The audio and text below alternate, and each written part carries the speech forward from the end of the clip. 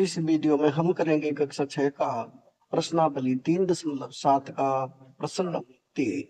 प्रश्न है, किसी कमरे की लंबाई, चौड़ाई और ऊंचाई क्रमशः 825 सेंटीमीटर, 675 सेंटीमीटर और 450 सेंटीमीटर है।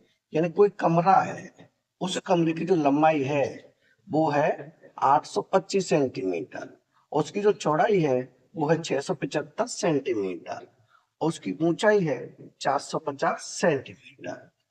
ऐसा सबसे लंबा फीता ज्ञात कीजिए। यानी कि ऐसा सबसे लंबा फीता ज्ञात करना है जो कमरे की तीनों विमाओं को पूरा पूरा माप ले। यानी कि ऐसा सबसे लंबा फीता ज्ञात करना है जो कमरे की तीनों विमाओं को पूरा पूरा माप ले। यानी कि हमें सबसे बड़ी संख्या ज्ञात करनी है।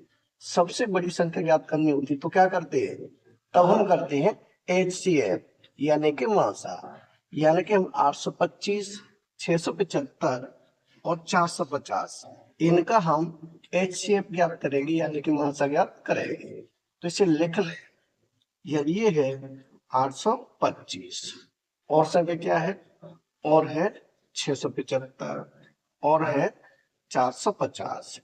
इन संख्याओं का हम HCF ज्ञात करेंगे का HCF यानी कि मासा। इन संख्याओं का क्या ज्ञात करेंगे, मासा ज्ञात करेंगे। यानी कि सबसे पहले हम करेंगे 825 के अभाज्य गुणनखंड। तो यहाँ लिखें 825। अब 825 में किसका भाग जाएगा, दो का तो जाएगा नहीं क्योंकि लास्ट में 5 है। अब 3 से देखे जाएगा कि नहीं, 8 और 2 10, 10 और 5 15। तीनों अंकों को जोड़ने के बाद 15 आ रहा है। इसका मतलब 15 में 3 का भाग जाता है। अगर 15 में 3 का भाग जाता है तो 825 में भी 3 का भाग चला जाएगा। तो इसमें किसका भाग देंगे, 3 का। 3 का भाग दें 8 में, यानी कि 3 दूनी 6, यह बचेगा 2, संख्या हो जाएगी 22। अब 3 का भाग 22 में, तो 3 सत्ते 21। अब यहाँ बचेगा 1, संख्या होगी 15।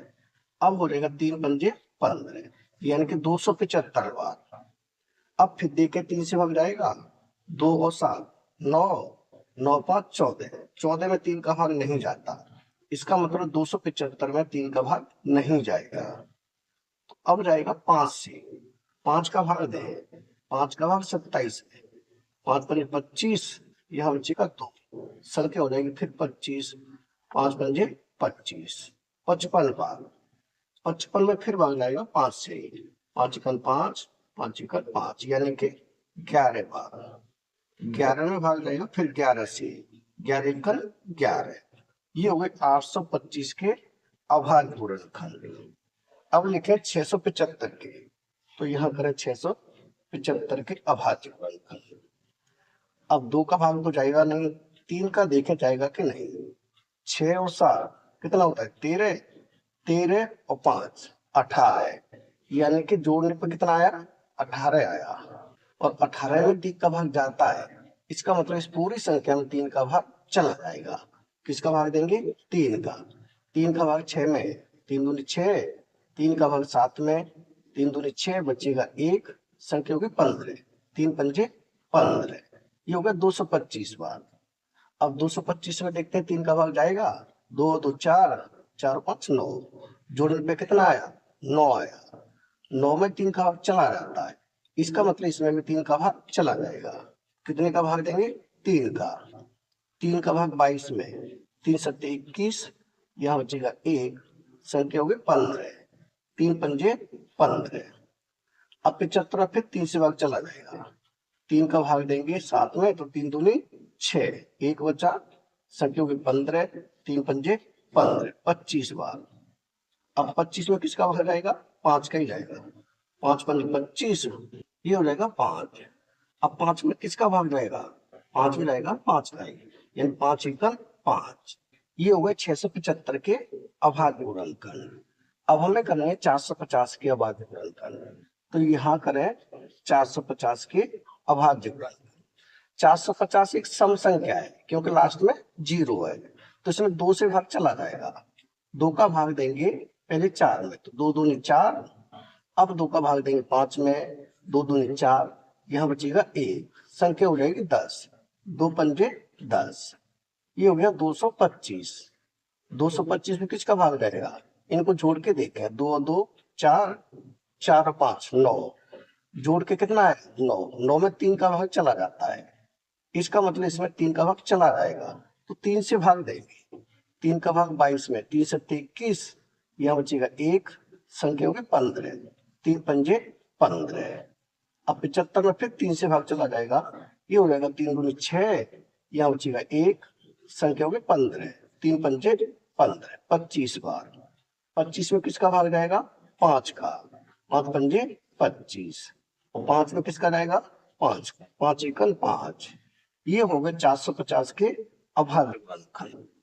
अब हमें निकालना है HCF यानी कि मासा, तो इनके गुणनखंड लिख ले, यानी ये है 825 के अभाज्य गुणनखंड।